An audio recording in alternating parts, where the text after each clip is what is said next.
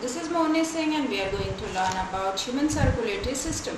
Human circulatory system consists of three parts: blood, blood vessels and heart. Blood is the fluid part of human circulatory system, that is basically red colored fluid and which runs in the blood vessels. Blood vessels are tube-like structure. In blood vessels only blood basically runs. Okay. And in an adult human being there is 5 to 6 liters of blood is found. Okay. Now blood consists basically two parts, fluid part and blood cells. Okay, so fluid part is the liquid part of blood, that is called plasma, and in that liquid part of blood 90% of water is there and it carries few things. The things which are not carried through blood cells can be carried through the fluid part, that is plasma. What are those things? Some food particles, some waste materials as well as enzymes. And all the blood cells floats on the fluid part, that is on the plasma. Now, what are the different types of blood cells? So basically there are three types of blood cells. Those are RBC, WBC and platelets. RBC is also called red blood cells and it is also called erythrocytes. Okay. Now shape of RBC. Basically RBC is disc shaped. The shape of RBC is like a disc and it is red color.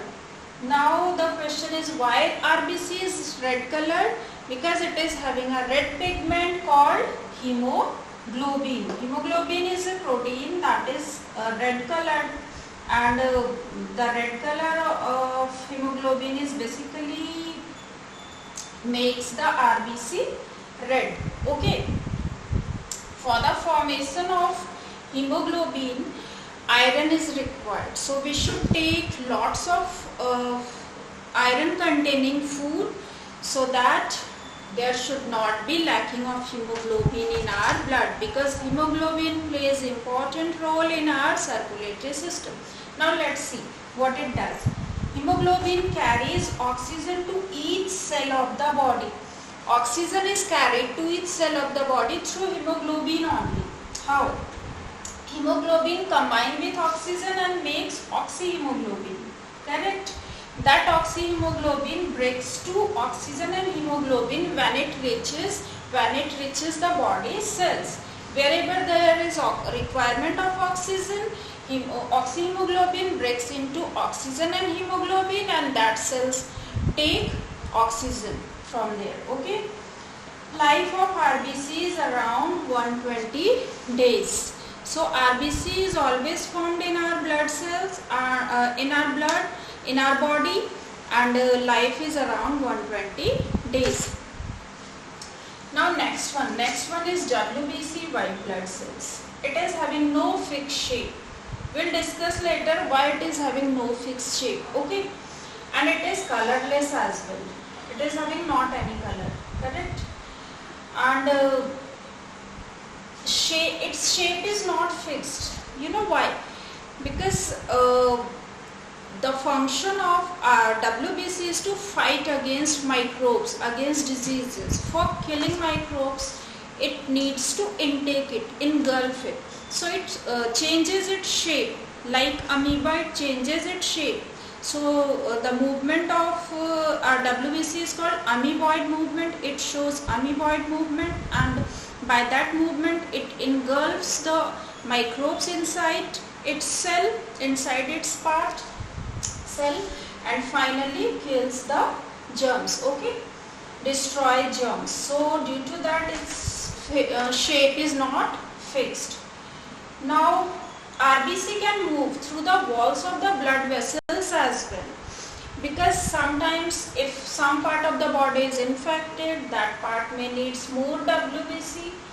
Sorry, I told RBC, it is WBC. Okay, so WBC can move through the walls of the blood vessels, and why? Because it needs to reach the infected part of the body. Maybe that infected part need more and more WBC, so it can move through the walls of blood vessels as well and reach to the infected cells of the body. Correct? so that that infected cell will get more and more WBC to fight to kill the germs. And life of WBC is around 1 to 3 days only, but its size is bigger than RBC. WBC is the largest blood cells. Then size of RBC is after the WBC, and platelets is the smallest blood cell. Okay. Shape of platelets is round and it is colorless as well, like WBC. This is smallest blood cell and it helps blood in clotting during any cut. If anyone made an accident, any kind of injury, in that case maybe blood start flowing from the body to outside, but after some time, if it is a minor cut, then after some time it stops bleeding. How? You can observe a red spot over that cut part is formed and bleeding stops because of platelets. Basically platelets makes a net-like structure, and that net-like structure stops blood to flowing from body to outside of the body. When platelets come in contact with air, then it forms a net-like structure, and in that way it stops bleeding by making the clotting. Basically it makes clotting, and in that way it stops bleeding from the body to outside. It stops flowing of the blood during any kind of injury. And if a person is having like lacking of platelets, in that case bleeding can't be stopped. So we should take also nutritious food to increase the amount of our platelets. And life of platelets is around 8 to 9 days. Life 8 to 9 days. Okay. So we now got to know about all the different kind of blood cells. In next video we will discuss about blood vessels, then about heart. Now you look at the screen.